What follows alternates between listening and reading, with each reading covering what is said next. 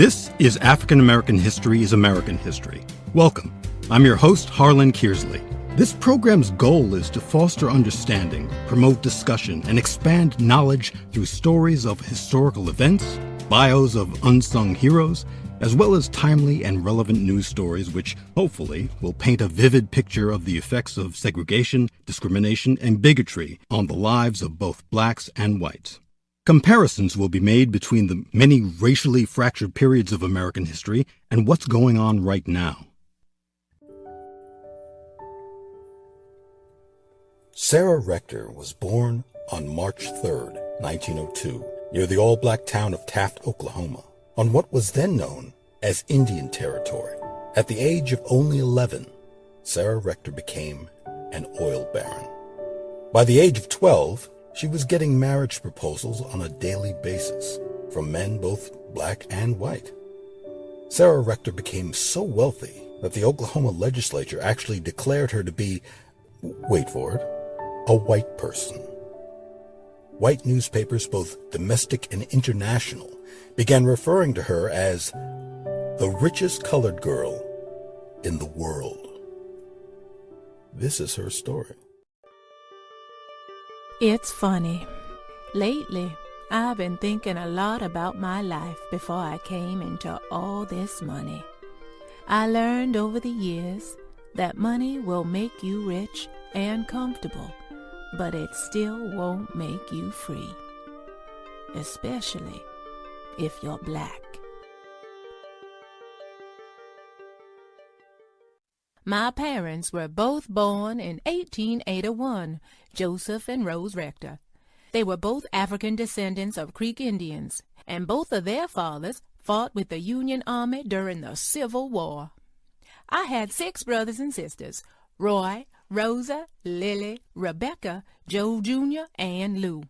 We all lived in a 2-room cabin near Twine, Oklahoma, on Muskegee Creek Indian allotment land through the Dawes Act of 1887, which authorized the President of the United States to subdivide Creek lands among the Creeks and their former slaves. My parents, my brothers, and sisters, we all received a small parcel of land, but the land granted to former slaves were usually rocky and of poorer agricultural quality.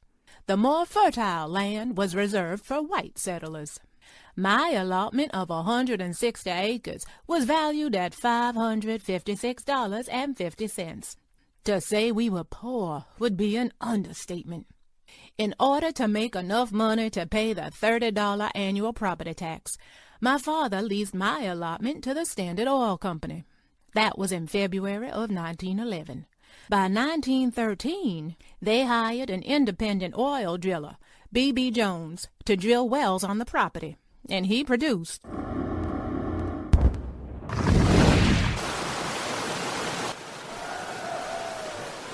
a gusher. A gusher is a daggum gusher. What does that mean? Why, little missy, it means you're going to be one rich color gal.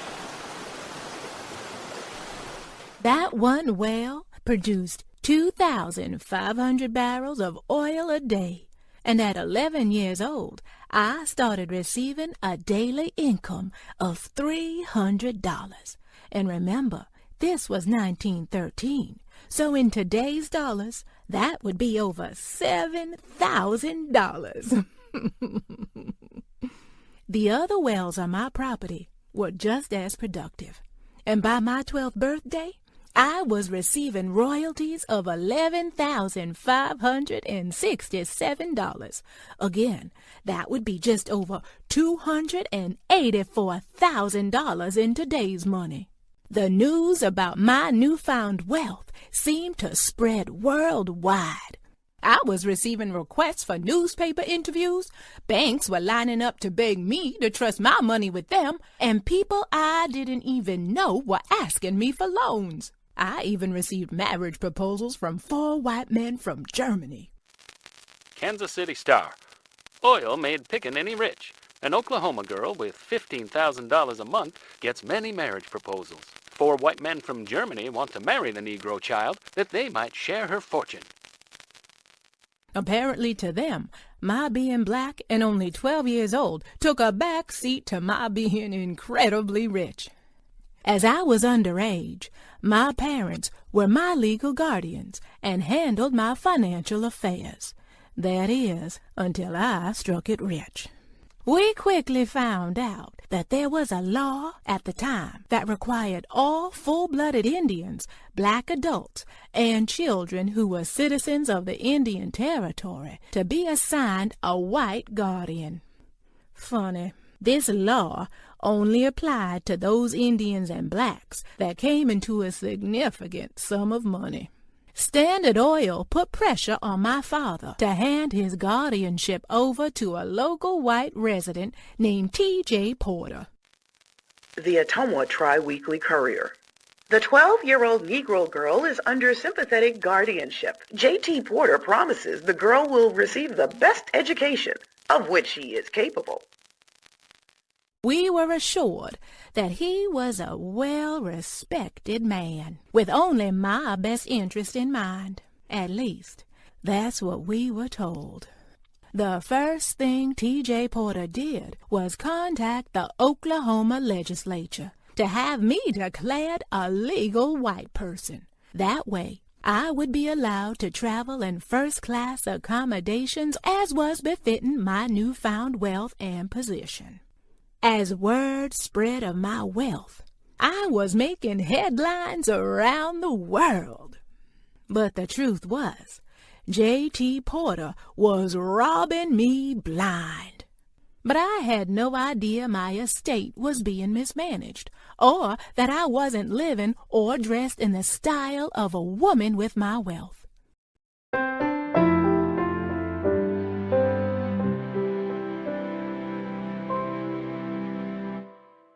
This is African American History is American History. I invented jazz in 1902. That's how Jelly Roll Morton often introduced himself, a claim that aroused some resentment. But according to jazz historians, he was probably right about his claim of having invented jazz, at least jazz as we've come to know it today. This pianist, band leader, and composer from New Orleans is widely regarded as a pivotal figure in early jazz. He became jazz music's first arranger, proving that the genre, rooted in improvisation, could retain its essential spirit and characteristics when notated.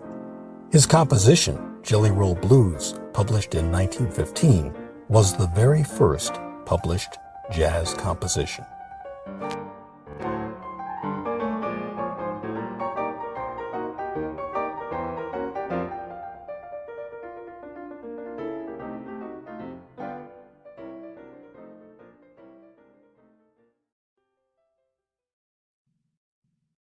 Hello, my name is Soraya Butler, and I just wanted to take the time to wish you a Merry Christmas and Happy Holidays. I wish you a prosperous and happy and healthy New Year, and I just want to say thank you so very much for listening and subscribing to African American History is American History, because these stories are so important.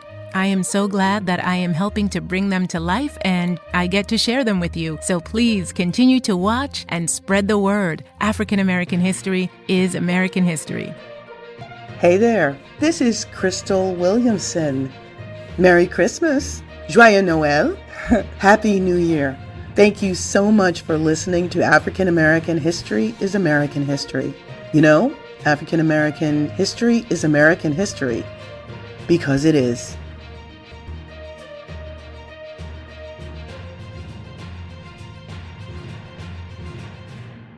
Hi, Jeff Schubert here.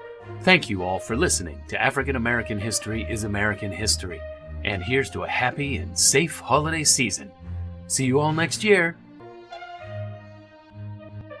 Hi, my name is Robert McKay, and I'd like to wish all our members of the IAH family, the subscribers, the listeners, the supporters, a wonderful, happy holiday, Merry Christmas, Happy Kwanzaa, whatever denomination and however you celebrate, and looking forward to a wonderful new year of the ever-growing African American History is American History channel. And a big shout out to Harlan for getting this ball rolling, and to everybody who's supporting and subscribing and becoming a family member. Happy holidays to all.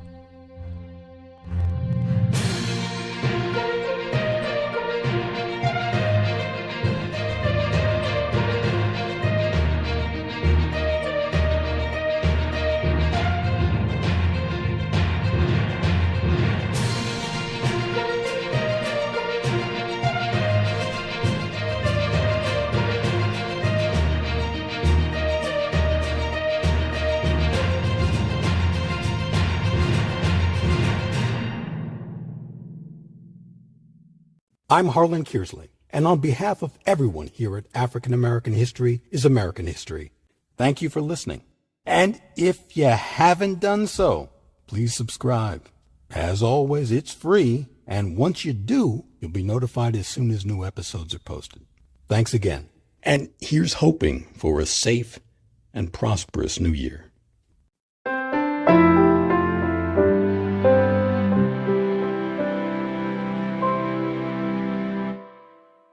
African American History is American History. Copyright H.C. Kearsley, 2022.